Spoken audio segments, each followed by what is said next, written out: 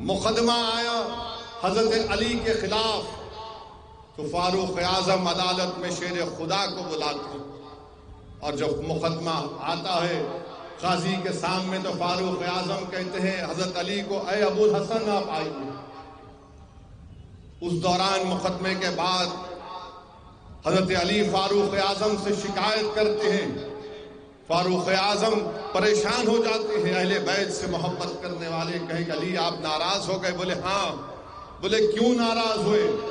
میں اس لیے ناراض ہوا کہ آپ نے جو دوسرے میرے خلاف مقدمہ لایا تھا، آپ نے اس کو اس کے نام سے پکارا اور مجھے اپنے کنیت سے ابو الحسن سے پکارا۔ اس سے ظاہر ہوتا کہ آپ میرے طرف نرم رویہ اختیار کر رہے ہیں، انصاف کا تقاضا نہیں۔ فاروق اعظم اٹھے، حضرت علی کی پیشانی کو چومے اور کہتے ہیں اگر علی نہیں ہوتے تو عمر ہلاک ہو جاتا، اور فرمایا کہ میں اس جگہ پر رہنا پسند نہیں کرتا، جس زمین پر رہنا نہیں پسند کرتا جہاں پر علی نہ ہو۔ تو میرے عزیز دوستوں اور نوجوانوں، خاص طور سے آپ سے کہہ رہا ہوں کہ فاروق اعظم کو یاد رکھو، یاد رکھو نوجوانوں۔ انصاف یہ ہے، عمرو بن ایجپٹ کا، مصر کا گورنر عمرو بن العاص کا بیٹا کسی ایک غریب کو مارتا ہے اور اس کو مار کر کہتا ہے کہ میں بڑے باپ کا بیٹا ہوں، تو اس گورنر اپنے بیٹے کی اس غلطی کو چھپانے کے لیے کہ اگر یہ غریب مدینہ نہیں اگر چلا گیا تو پھر حال برا ہوگا، اس کو قید کر دیتے۔ وہ قید کے بعد واپس جاتا ہے مدینے کو اور فاروق اعظم کے دربار میں جا کر کہتا ہے، اے امیر المومنین، میرے ساتھ ایسا سلوک ہوا۔ فاروق اعظم اس غریب کو مدینے میں رکاتے ہیں اور گورنر ایجپٹ کو، مصر کو، ان کے بیٹے کو بلاتے ہیں اور بلا کر اس غریب کو بولتے ہیں یہ لے کوڑا اور مار اس بڑے باپ کے بیٹے کو، اپنا بدلہ لے۔ یہ انصاف کس نے دیا تھا؟ خوب مارتے، بولتے مار، اگر تو چاہتا تو اس گورنر کو بھی تو مار سکتا، میں تجھے نہیں روکوں گا۔ تو میرے عزیز دوستوں اور بزرگوں، یہ دین ہم کو ایسے ملا۔ 22 لاکھ مربع میل پر فاروق اعظم کی خلافت تھی۔ فاروق اعظم نے ہی اس موجودہ ایران کو فتح کیا تھا، فاروق اعظم نے ہی بیت المقدس کو فتح کیا تھا۔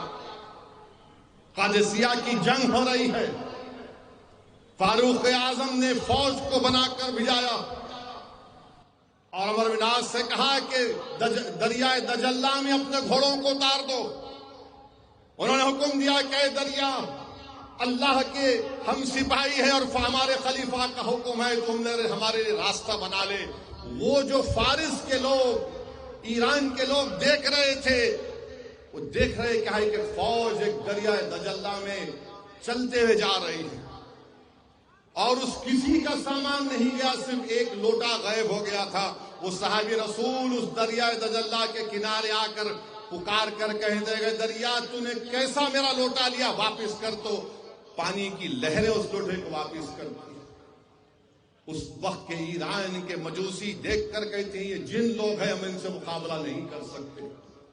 فاروق اعظم نے خطبہ دے رہے جمعہ کا، اور جمعے کے خطبے مسجد نبوی میں کہہ رہے ہیں، مدینے میں بیٹھے ہیں اور پکار کہہ رہے ہیں کہ اے ساریہ پہاڑ کے پیچھے جاؤ، پہاڑ کے پیچھے جاؤ۔ صحابہ نے پوچھا کس کو مخاطب ہے؟ تو کہا میں دیکھ رہا ہوں کہ میں نے جس اسلامی وفد کو بھجایا تھا، دشمن حملہ کر رہا ہے، بعد میں خط آیا تو معلوم ہوا کہ ہاں ویسے ہی ہوا تھا۔ اور کسی نے آواز سنی کہ اے ساریہ پہاڑ کے پیچھے چھپو، پہاڑ کے پیچھے چھپو، تو پہاڑ کے پیچھے چھپے اور بعد میں ان کو کامیابی ملی۔ تو بہرحال وقت کم ہے میرے عزیز دوستوں اور بزرگوں، فاروق اعظم کو یاد رکھو، فاروق اعظم کو یاد رکھو، ان کے انصاف کو یاد رکھو، ان کی جرت کو یاد رکھو، اور ان کی اسلام کے لیے قربانیوں کو یاد رکھو۔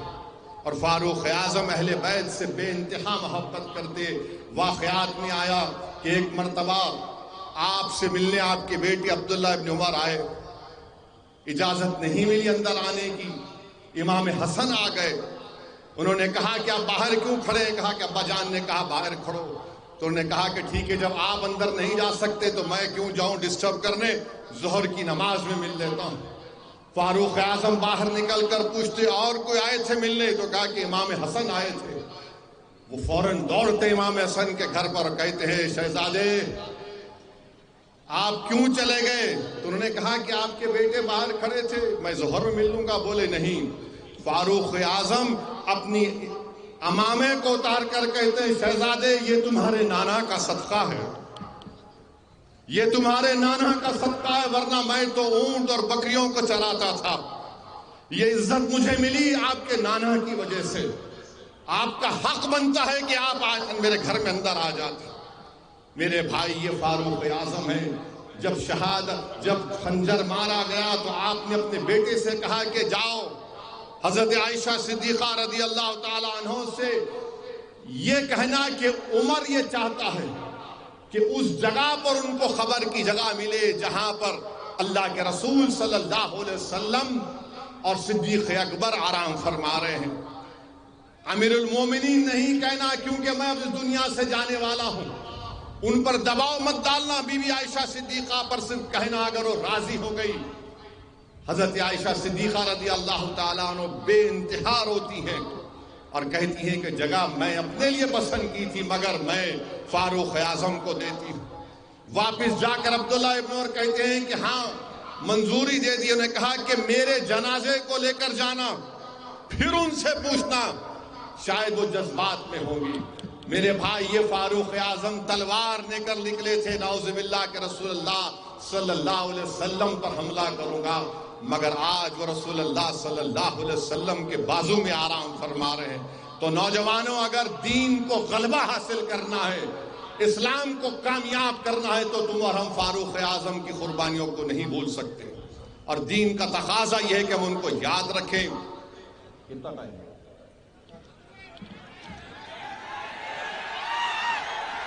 4 منٹ۔ تو اس قانون کے اوپر صرف یہی بولنا ہے، یہ قانون نریندر مودی اس لیے بنائے، وہ یہ سمجھ رہے کہ قانون بنانے سے ہماری مسجدوں کو چھین لیں گے، درگاہوں کو چھین لیں گے، قبرستان کو چھین لیں گے، عیدگاہ کو چھین لیں گے، ایویکیو پراپرٹی کو چھین لیں گے، مسجدیں ویران ہو جائیں گی۔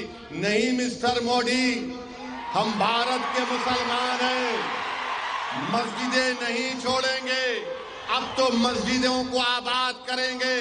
جس طرح آج ہزاروں کا مجمع آج رائچور میں جمع ہوا، تم 5 وقت کی نماز ہر مسجد میں پڑھو، صرف جمعے کی نماز نہیں، اپنی مسجدوں کو آباد رکھو، اپنے خانقاہوں کو آباد رکھو۔ کوئی مائی کا لال ہم سے انشاءاللہ تعالی ہماری مسجد کو نہیں چھین سکتا۔ اور جو لوگ یہ سمجھ رہے ہیں کہ مسلمانوں کو یہ قانون بنا کر ڈرایا جائے گا، ارے یاد رکھو وقف کی ایک زمین مودی یا بی جے پی حکومت ہم سے چھین نہیں سکے گی انشاءاللہ تعالی، کیونکہ تمہارا قانون کالا ہے۔